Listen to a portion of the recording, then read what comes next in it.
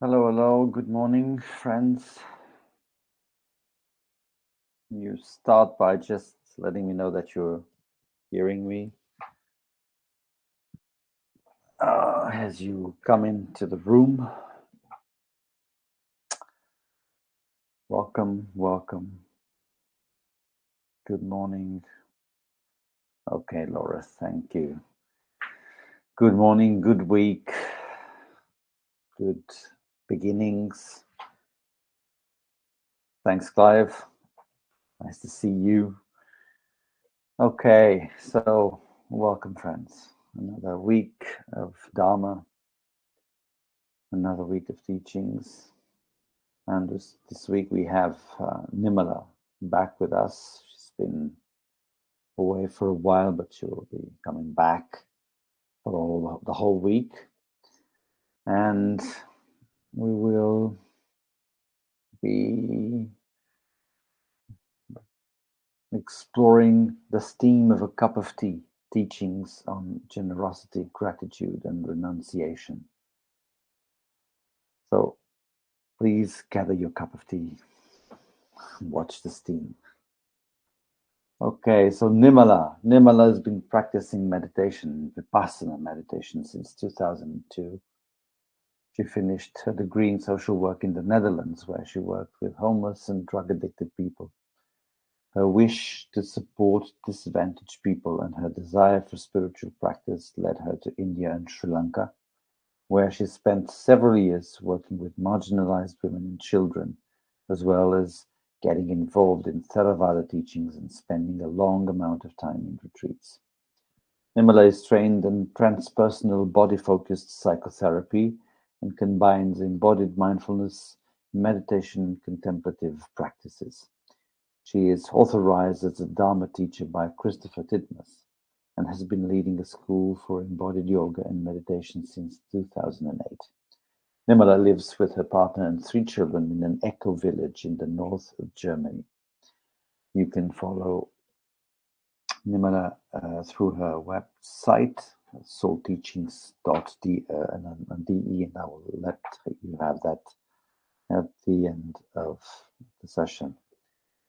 So, as many of you know, and if there's someone new here, well, special and warm welcome to you. We'll be here for roughly an hour, and Nirmala will guide us through a practice, a small Dharma talk, and then there will be some time for Q&A. For the Q&A, you have the little virtual hand at the bottom of the screen. You just click on that, and we can bring you on screen. Well, I'll try to bring you on screen as best as I can, so you can interact with Nirmala lively. Last but not least, little speech about Dana. I've written already a little about it on the stream, but you know that's the basic foundation of this whole interaction that we have. Dana, the practice of generosity, and we are speaking about generosity all the time. We will speak about generosity this week. I think it's one of the greatest things we can do about in these turbulent times is, to dive into generosity as best as we can. So that's my morning, still sleepy philosophy. So, Dana, practice of generosity towards Sangha life. I've put the link, and I'll put the closing screen with the link again. It's actually the only way we have to keep meeting the costs of all this running platforms and all the programs and all the things that we do and the people that work behind the scene. And of course, to support the teachers too, because everything that you donate is duly and shared with the teachers. So if you can donate anything, whether large or small, everything is fully appreciated. And it's the ongoing practice of this heart-based economy that we are setting and grounding here. So thank you for that. And that'll be all from me. I'll just take myself off and hand over the mic and the screen to Nirmala. Wishing you all a very good session and a very good week. Thank you all for your presence.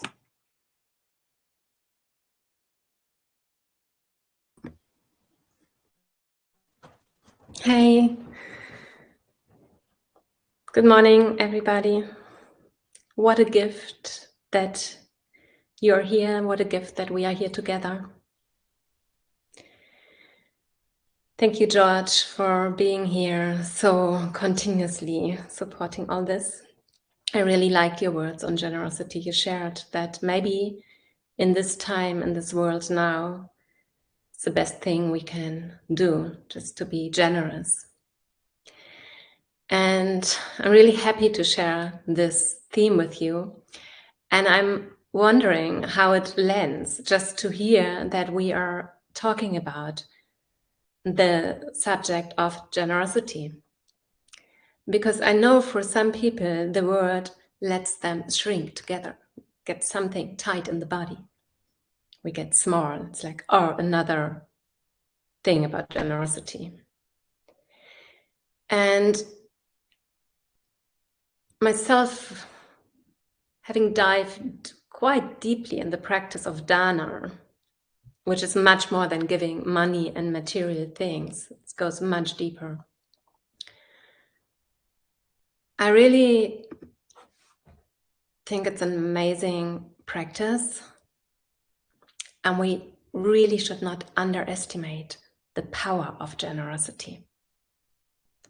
We so easily think that our meditation practice has value when we're sitting on the cushion or when we are doing good things all the time, like trying to be perfect.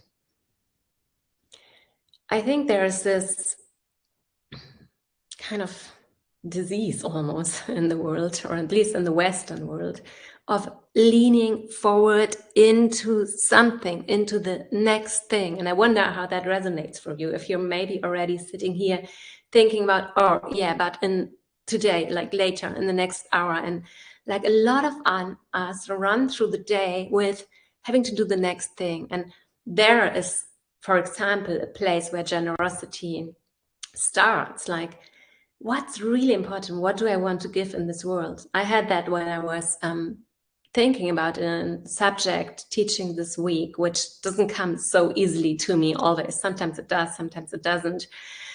And I thought, all right, I need to read text. I need to think about a subject. And then I thought, no, like I was training a psychotherapy training, and my daughter is 6 since a few months. So life is full on.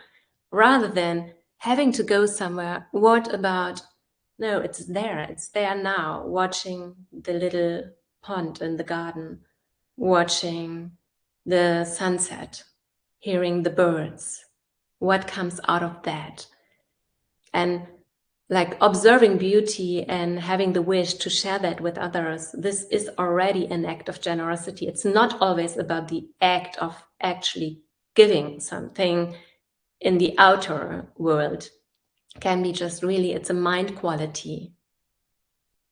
And actually then the idea of teaching on generosity, which goes like very close together with gratitude and with forgiveness. We look like deep in that tomorrow, forgiveness. It's like such an important aspect of generosity, of being generous, being able to be generous, being able to be generous. Goes together with renunciation. So the idea I got in the morning tea ceremony, which I attend almost every morning in the Zen meditation hall here close by. It's just a few steps away from me in this community. And I was sitting there, and the Zen master, he's about 80 years old, I think. He was pouring the tea in the cups, and I saw these cups there, small cups, and the steam came out. And we're 170 people in this community, but only like 3 or 4 attend the half an hour sitting in the morning. And after, there's this little tea ceremony of half an hour. And I just so much appreciated the silence in there and the showing up of others. It would be so different if I would sit there alone, and appreciating the generosity of the Zen master, who is also father of 6 children, actually, sitting there since years. Like, he's one of the founders of this community, like 40 years ago, I think he started with his tea ceremonies, sitting there, getting up more early than everybody else's to boil the water, and also seeing the generosity of life, like seeing that we are a constant product almost of the support of life, like seeing the earth in the clay cups, seeing the water there, the rain, the clouds, seeing the air in everything, the fire, the sun, and the heat of the tea. There was so much abundance there in this simplicity. We talk about simplicity also in this week. So generosity is one of the 10 paramis, and it's one of the Buddhist lists. And we can, like, they are translated as perfections. And I do not like so much the word of perfection, because it could just let us, again, strive for something and let us feel guilty if we are not achieving what we're striving for. So the 10 paramis could be thought as priorities.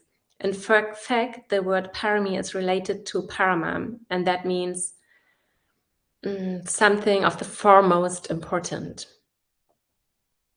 So when we think about these qualities in our life, and I will mention them in a moment, we can see how does that resonate in us? Like, how much do we want to make these qualities priority in our life?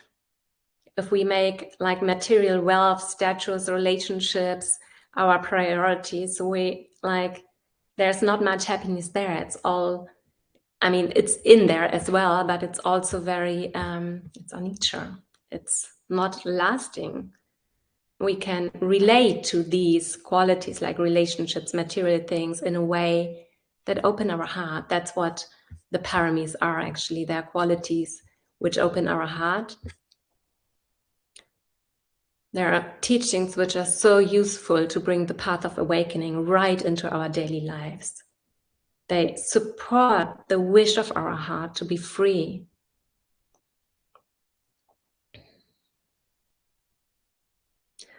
So the paramis, we don't have to see them at a list, and it starts with generosity, which it does start on the list when we look at them with generosity, but in fact we can think of them as a circle, and also they all are dependent on each other, or they are all in each other. Like, for example, like generosity is the first of one, and if we look at Shila, the ethical integrity, it goes together with generosity. Like, we want to act in a way that is supporting others, like a beneficial way. So we keep our Shila as pure as we can. When it goes together with renunciation, with another, which is another one of the paramis, like, it means like when we're not like just make the happiness of our body, mind, heart dependent on worldly possessions, social status, or even our bodies, like there comes generosity out of that. Like, we have more to give. I read several studies on generosity, so I will share some of you during this week with you during this week. And I can just say, like, if you feel poor, give. If you feel depressed or unhappy, give. And if it's even a little bit, it makes us happy. It opens the heart. There's a big shift from that. So if generosity goes together with wisdom, we can understand and distinguish between what is beneficial to others, what is beneficial to give, and what is harmful to others. For example, when I came from my pilgrimage in Turkey, I was really so much wanting to share generosity in the Western world. I thought I could really change something here through being more generous. And I know I can in the small, but then I was in a train and somebody was sitting next to me, and he like his clothes were ripped open, and he looked very poor. And I gave him 40 euros. And he actually, then I found out he didn't speak my language. So we had like a longer going back and forth in trying to discuss, trying to talk with each other. He didn't want to accept my money. And after I thought that was really like, it wasn't, it didn't go together with panya, with wisdom, the generosity, because the person wasn't ready to accept. It was not the right circumstances. Maybe it wasn't the right gift. It's also about what we give. It is the right gift. So we need to be mindful there, bring panya together with generosity, as well as patience. Patience is another one of the 10 paramis, kanti. And generosity is also like when another person has a fixed view, for example, to be patient with this person, to be loving, like metta is one of the paramis. Like we don't have to love what the other person does, but on a deeper level, like not to refuse the person itself. Or being patient with when I'm driving the car and somebody is kind of honking the horn or just being too fast and not nice to me, just being patient. Okay, I'm giving here. I'm giving also my forgiveness. Yeah.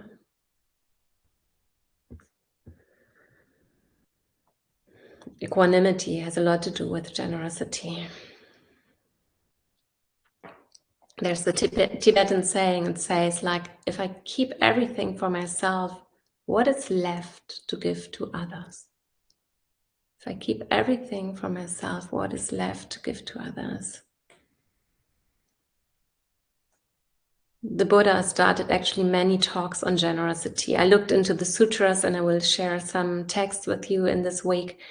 And there are so many places in the sutra where he shared about generosity. And often he did that first, actually, before he went into any other teachings. Yeah.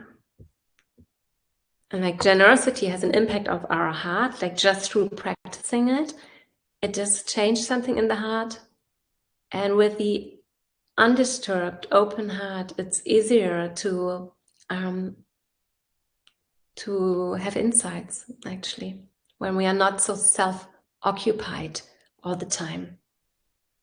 There are awakening aspects to generosity, and I think it's fantastic because, like, sometimes for me as a like normal household woman, mother of 3 children, it's like I don't find the silence to sit on my cushion or to lay on the earth, which is one of my favorite meditation postures, as I would like to. But then, wow, I see so many possibilities to be generous, and like just practicing that, just giving. And it means to stretch out a bit.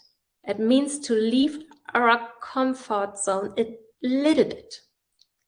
I mean, you can, if generosity is difficult for you, of course, you could try with just giving what feels really, really comfortable. But then, like, there is a feeling of stretching, of giving a little bit more, maybe than it's what's expected also to my neighbor, to my children. Like, this goes together with kindness, friendliness, metta. So the awakening aspects of generosity is that we the non-clinging aspect in it. With clinging, we can't give. Like if we just cling, we can't give. And there's the aspect in it of how things are dependent on each other and not separate. And having insight in that in our meditation practice helps us so much to be generous. Like if I see there's in fact no difference between you and me. And through giving, it also opens up the space. There is some more deeper way of looking, of seeing the other person, of, hey, what do you really need? Where are you? It goes together with compassion, like really tuning in. And there is the awakening factor of seeing the impermanence in everything. Just can't take that with me into a grave. Yeah, it loses the grip of the story of I, me, mine, myself. So we look into all these things during this week. Thank you for listening so far. And we going now in our meditation practice. And I like you to take a posture which is comfortable to you. And it could be a sitting posture or laying down, standing, walking.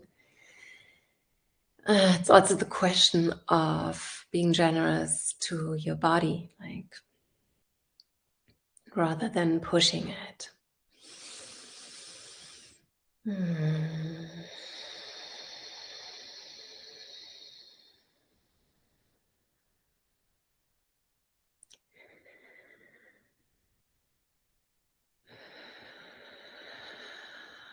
So maybe you want to start with a few long exhalations.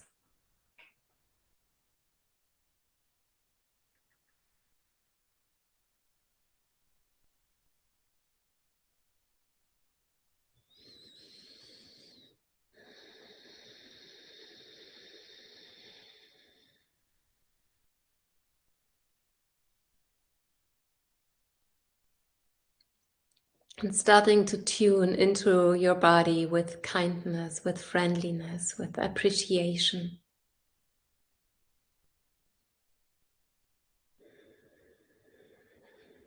Maybe putting a hand on your heart, or just hugging yourself with your hands.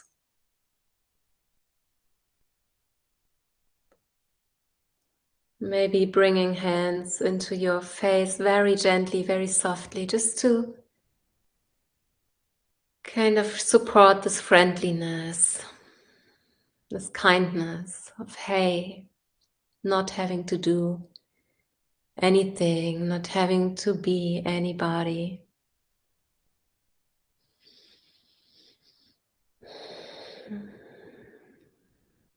Making the gift to your body just to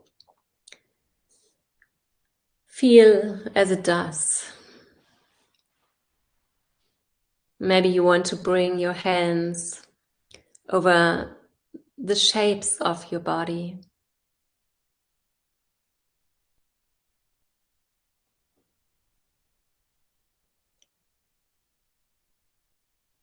Touching the joints.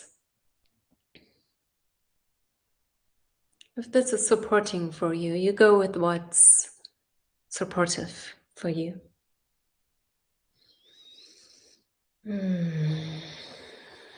Maybe another deep exhalation, maybe sighing, yawning.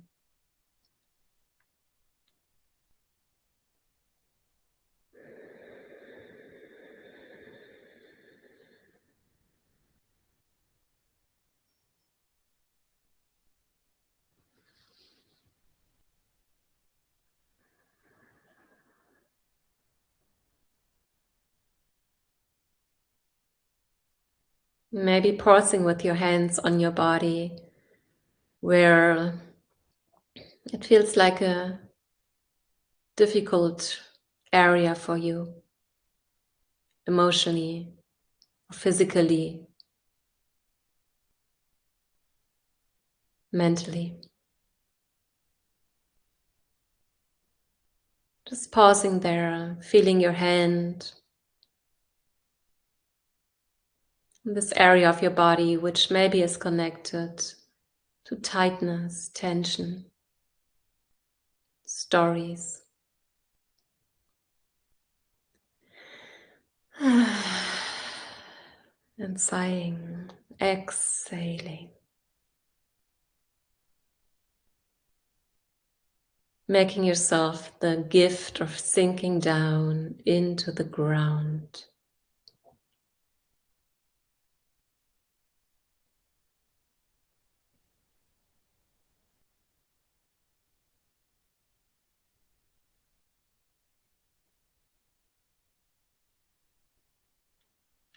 Where can you sink down even a bit more?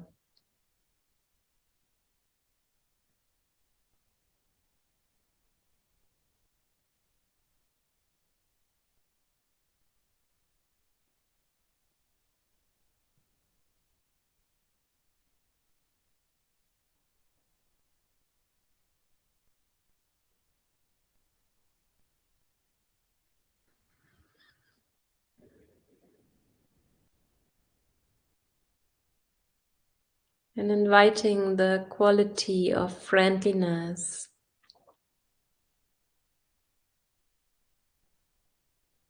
to your body, to your head, your neck, your shoulders.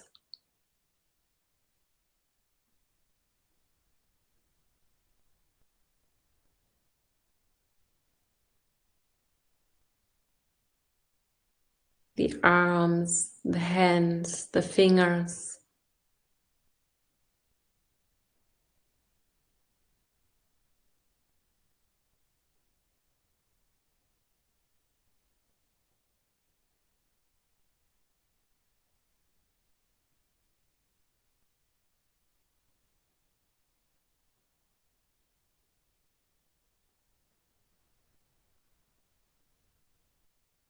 Friendliness, kindness to the area of your upper back, the shoulder blades, the space between shoulder blades and ribs in the chest.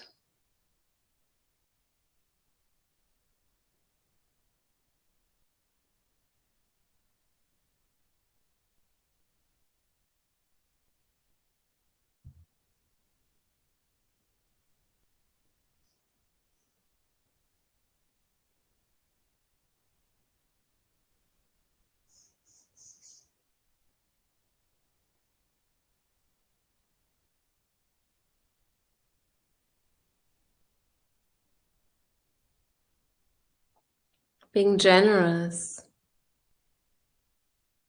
to our breath, allowing it to flow just as it does. Being kind and friendly to our diaphragm, to the pelvic floor and the organs which are moving in between.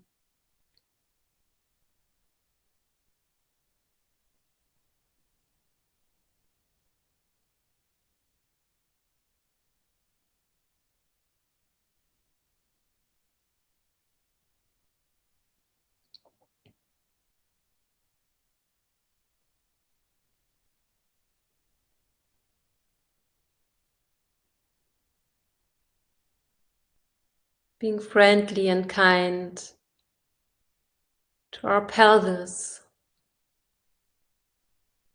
an area with so much confusion stored up there. Being generous, allowing it to be as it is.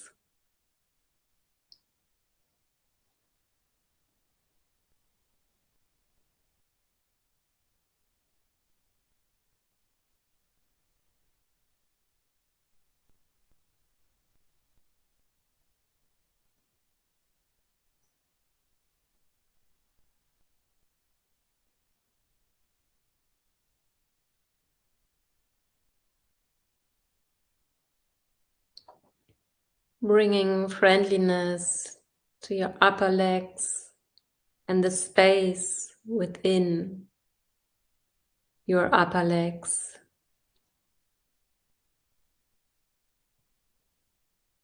And being kind to your knees.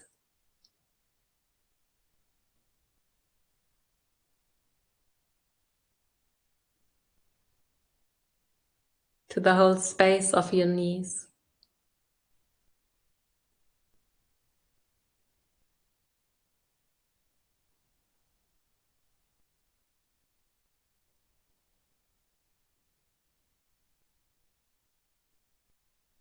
Being friendly and allowing to your lower legs and your ankles, your feet, your toes.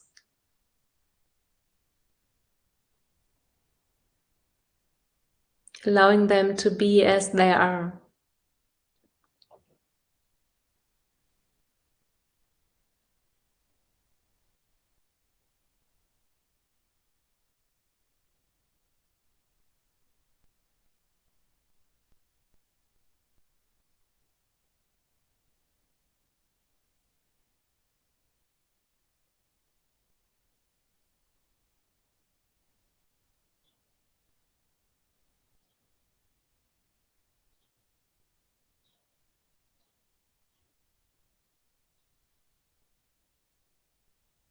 Cultivating friendliness towards the whole body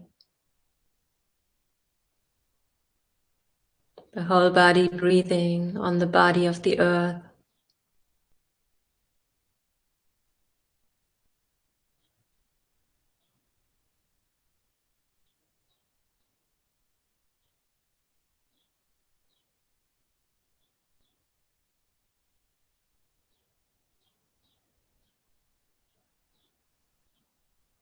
And being generous with the thoughts which arise. Maybe stay,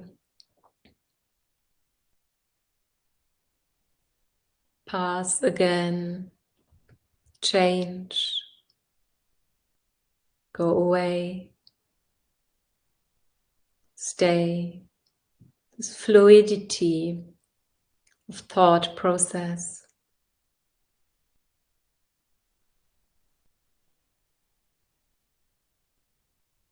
Opening up to a sense of friendliness, generosity of allowing.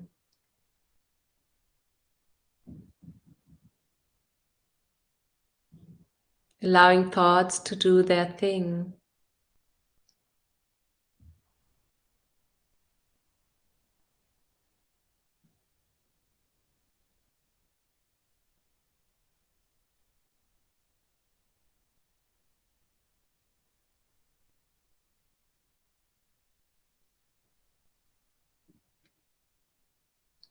Giving space, allowing sensations to be as they are, as they're appearing,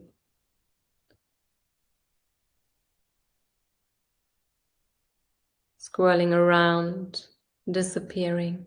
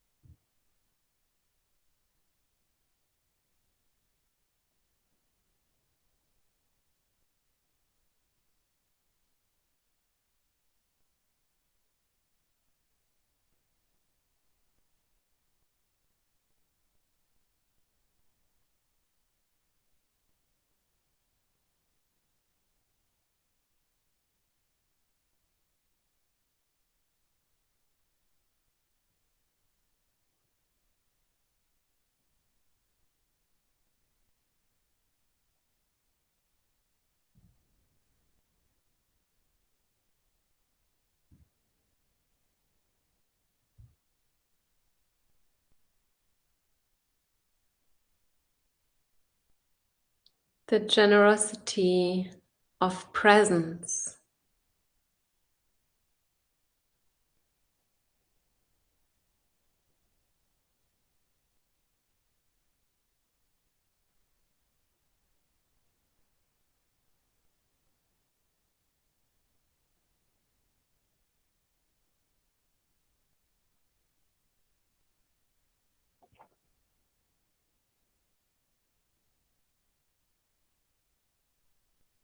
What is supportive? Which energy can you bring up to stay present with what is going on?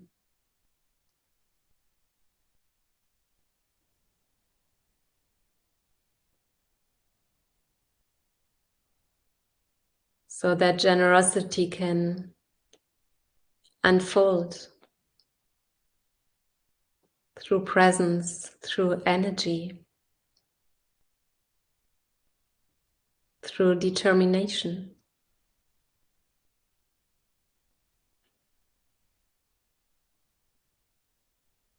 With kindness.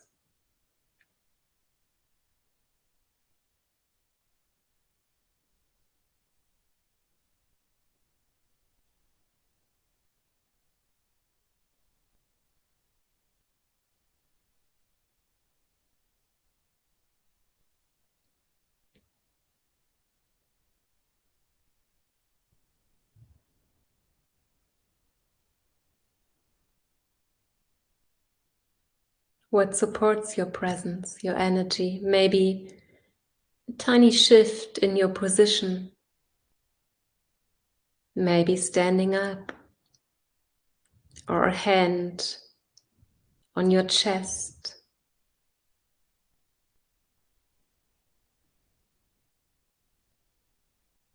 Feeling the whole body breathing.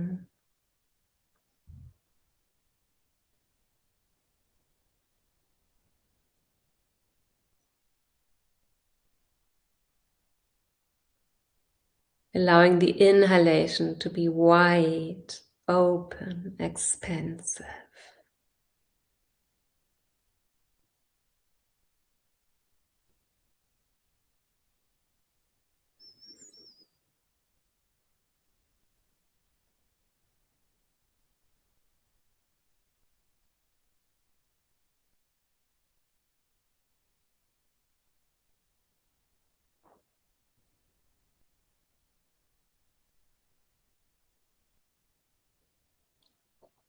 Is there something to renounce, to let go? No. Just drop.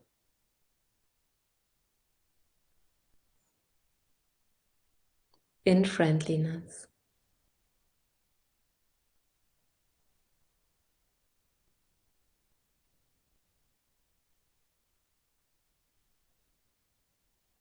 In generosity towards what is useful, what is wise.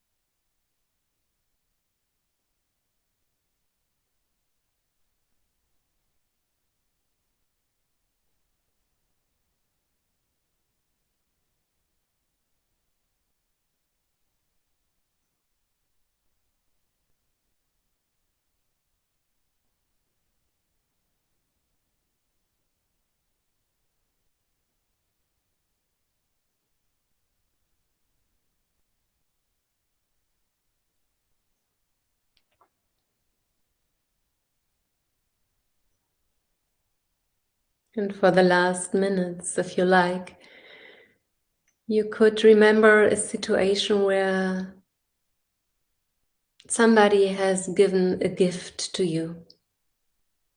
Maybe a material gift, maybe a gift in form of protection or support, help. Maybe a gift of sharing wisdom or qualities of presence, kindness.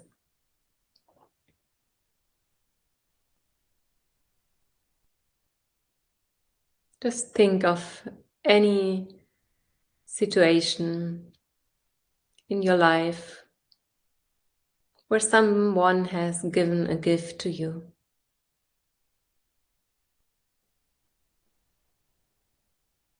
And just feel in your body how that feels.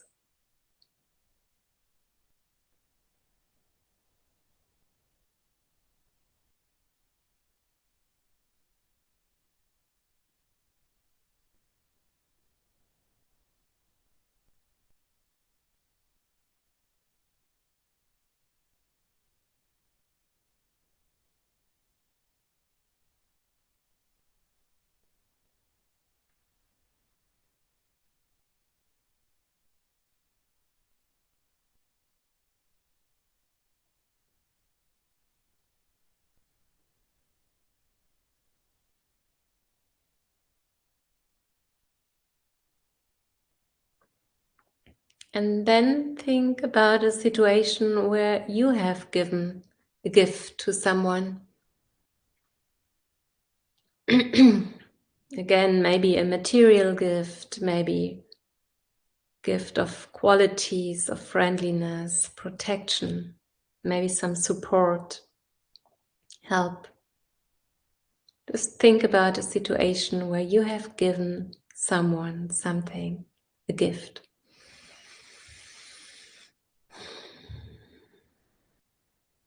And just feel how that does feel in your body, what happens in your face, in your heart.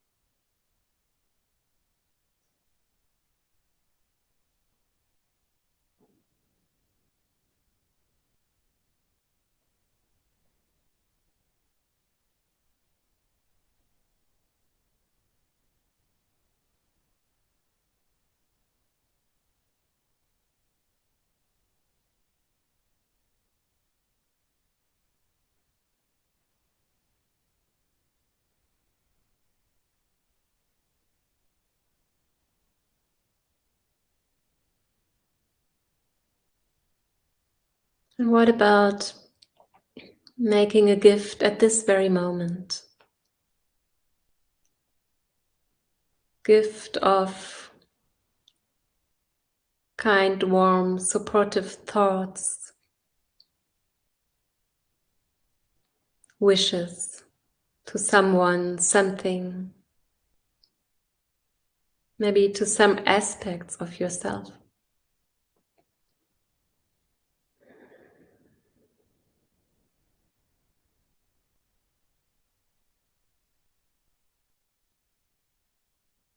And feeling that wish physically in your body, in your face, in your lips, in your heart, wherever you can feel it. A wish of wealth to others, of safety, protection.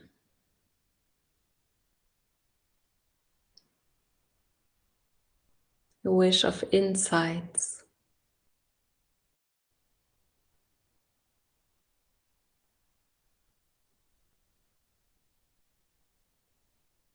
May all beings be safe and protected.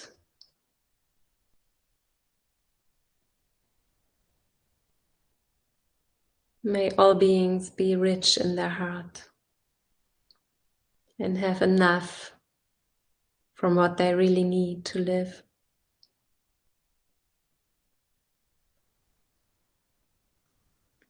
May all beings be awakened to our true nature, our common true nature of joy, of light.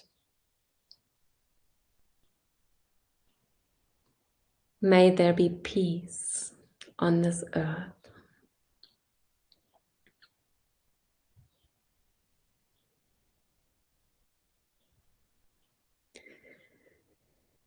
So go gently, stretching your body, sensing into what it could mean to be generous at this very moment.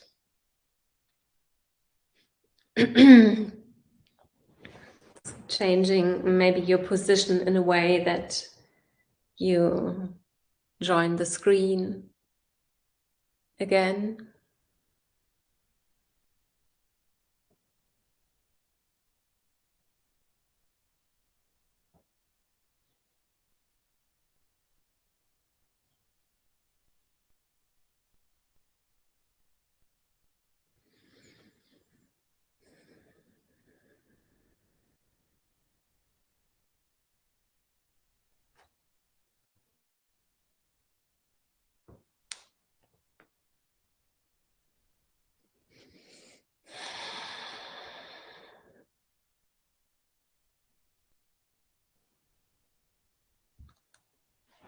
And maybe you would like to share in the chat how that was for you in the meditation, to feel in the body the effect of the thought that somebody has given something to you, and then that you were giving something to someone. Like I wonder what felt easier or more connected. Maybe you could leave me a note or leave us a note where yeah, it just felt easier, felt more open. And it's also our time for questions now. So if you have any question, please type them in the chat. It's also an act of generosity, actually, to share with about what you're hanging with, what you're concerned with. Like just not holding everything back and keep it for ourselves and trying to work it out just on ourselves. We somehow have this idea in our society that we like have to walk around smiling and have to feel good. And we don't share so much about what doesn't feel good, what is difficult. And I experience circles where there is a space for everything, actually, for joy and laughter and grief and sadness. I experience that as very supportive, healing areas of wisdom there, common shared wisdom.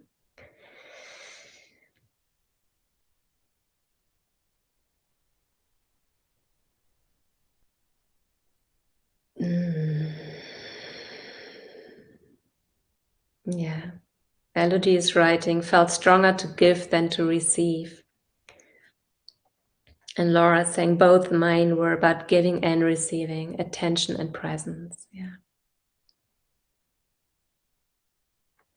Yeah, like when I do this meditation,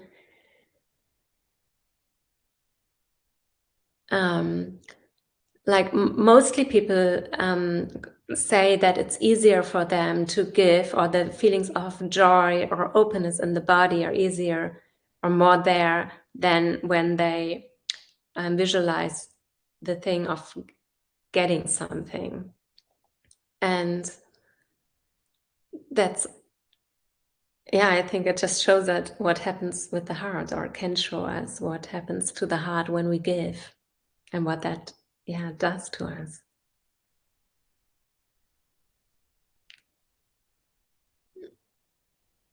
Mm. Yeah. Someone is sharing, I'm feeling really pleased to be here and be given this guided practice so that I can step away from the, I don't know this word, hubbub of what is needing to be done. But it seems to be like a really good word for that, hubbub. Yes.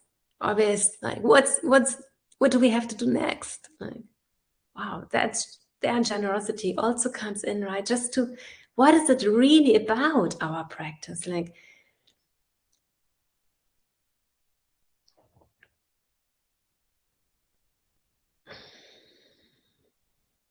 I was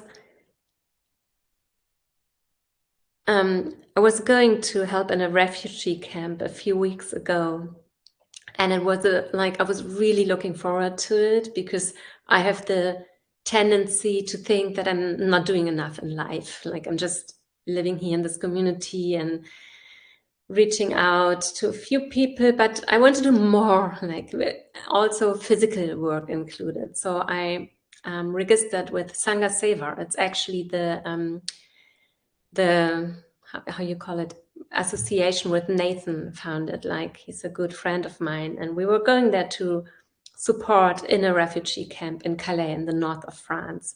It's an amazing project, and it was really important for me to go. Meanwhile, my daughter was very sick at home while I was already on my way going there.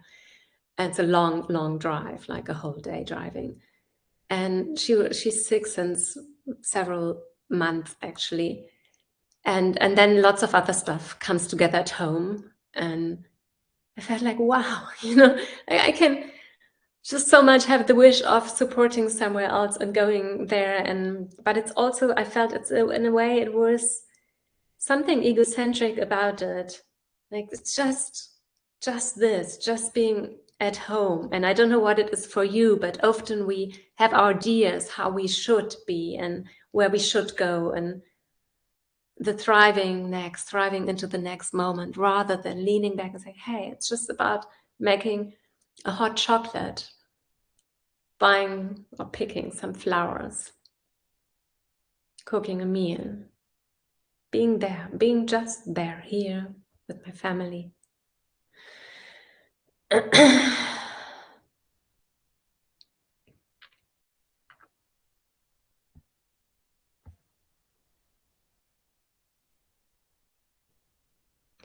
George says, expressing grief freely is a great act of relief and generosity towards oneself. Yes, thank you for writing that. Yes, and also to others, because if we express our grief freely, or our shadows, I mean, this is where so much energy is stored in our habits, and in the ways we act painfully to ourselves and others in life. Like, we don't act harmfully. And if we suppress that and we don't show it and we don't feel it, we don't inhabit it, then there comes this this energy out of that, which really damages. But if we just really integrate our fear, our jealousy, our envy, all the stuff we don't want to have, we don't want to admit, our really agitated nervous system, we stop pretending to be someone. Wow, what a relief. And what a relief for others, because then they don't have to do, it's a gift. They don't have to do as if.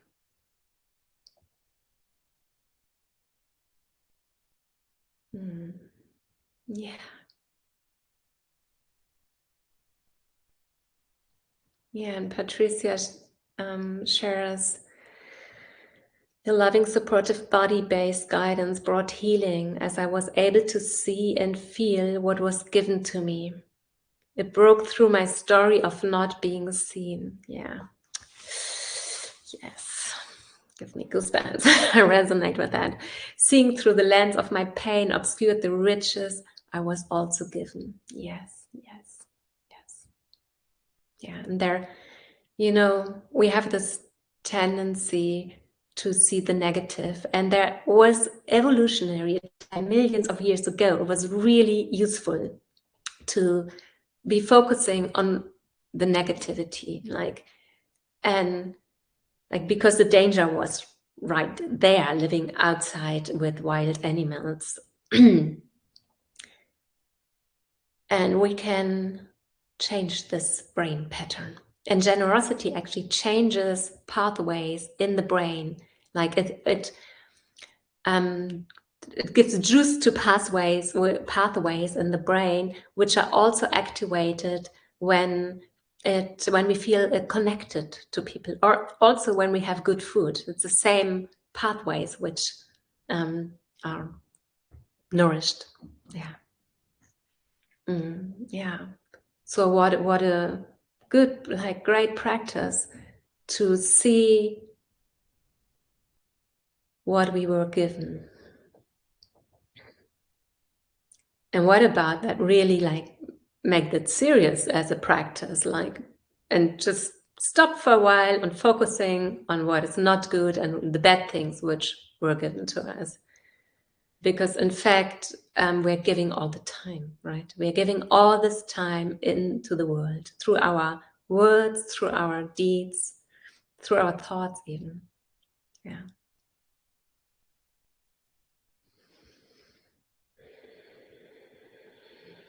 Reflecting on giving and caring for others. Currently, I slip between caring for other family members with feelings of generosity and feelings of obligation and overwhelm. Yes, hoping this weekend can be with generosity more. Yeah. And if, Catherine, thank you for sharing that. And if you say that, I don't know your situation, but generosity doesn't mean that we forget about ourselves. It's really, really important factor on that. It's really about giving to ourselves, giving to others, and giving to the whole. So just see that we have a good balance about that, with that. And also, I think it's fine if we give with a feeling of obligation. It's not about being perfect. It's about the movement we create and we follow. Do we follow the sense of, oh no, this is an obligation, I'm not going there because it doesn't feel right for me, or do I give anyway? It really has to do with giving anyway, because we leave something from us behind. We share our time and we share maybe our material things. So it's leaving something behind from us. It's a stretching out. It's okay to give with a feeling of, oh wow, it feels like obligation. And it will change something. Brita says, a reflection. Thank you for your kind voice and gaze, Nirmala. I often feel locked up in myself and don't let the feelings open up. Receiving from nature is easier than receiving from people. In the meditation, I found it hard to just to just relax and let the feelings and receiving and giving come through. Yeah. Yeah, thank you for sharing it. Thank you so much. So, right, if you're with pressure on, oh, I want to feel that, I want to feel the openness, a nourishing hand. Okay, that's just how it is today. That's how it is today, and that's what I know from me about 10 years ago, and then the stories come with it. But then this moment, just really attending to this moment, this is being generous with yourself.